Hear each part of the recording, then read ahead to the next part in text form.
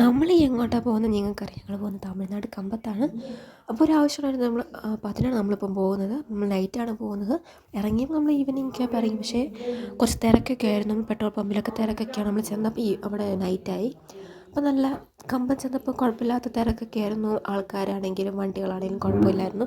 നല്ല അത്യാവശ്യം നല്ല കടയൊക്കെ നല്ല തുറന്നിട്ടുണ്ടായിരുന്നു. നല്ല വെട്ടമൊക്കെ ഉണ്ടായിരുന്നു. അപ്പോൾ നമ്മളിങ്ങനെ പോവുകയാണ്. നമ്മളിതേ പാളയത്ത് ചെന്നു. നമ്മളിനി കുറച്ച് ദൂരം നമ്മൾ വീട്ടിലോട്ട് പോകാൻ നമ്മളങ്ങനെ പോയിക്കൊണ്ടിരിക്കുകയാണ്.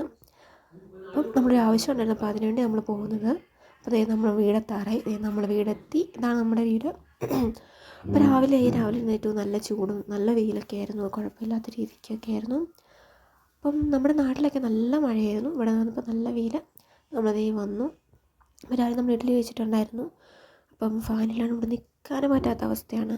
ഉച്ചത്തെ നമ്മൾ ചോറും തക്കാളിക്കറിയും പയറുതോരനൊക്കെ വെച്ചിട്ടുണ്ടായിരുന്നു. നമ്മൾ ഉച്ച കഴിഞ്ഞിട്ട് തന്നെ നമ്മൾ അവിടെ നിന്ന് ഇറങ്ങി നമുക്ക് തിരിച്ച് വീട്ടിൽ കയറണമായിരുന്നു.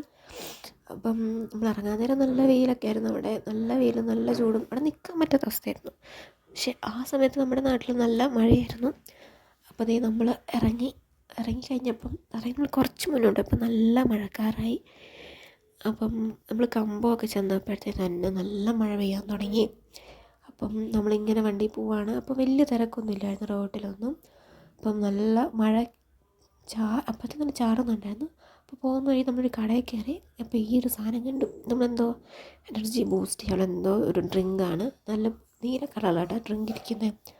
വലിയ ടേസ്റ്റൊന്നുമില്ല, പക്ഷെ കുഴപ്പമൊന്നുമില്ല. നമുക്ക് കുടിക്കാം, ഇഷ്ടപ്പെടും എല്ലാവർക്കും.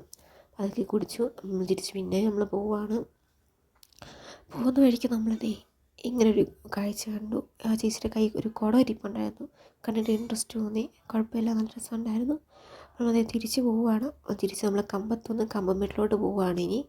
അപ്പം പോകുന്ന വഴിക്ക് നല്ല കാടൊക്കെ ആയതുകൊണ്ട് നല്ല മൂടി നല്ലൊരു രസമായിരുന്നു കാട്ടിക്കൂടി ഇങ്ങനെ പോകാൻ.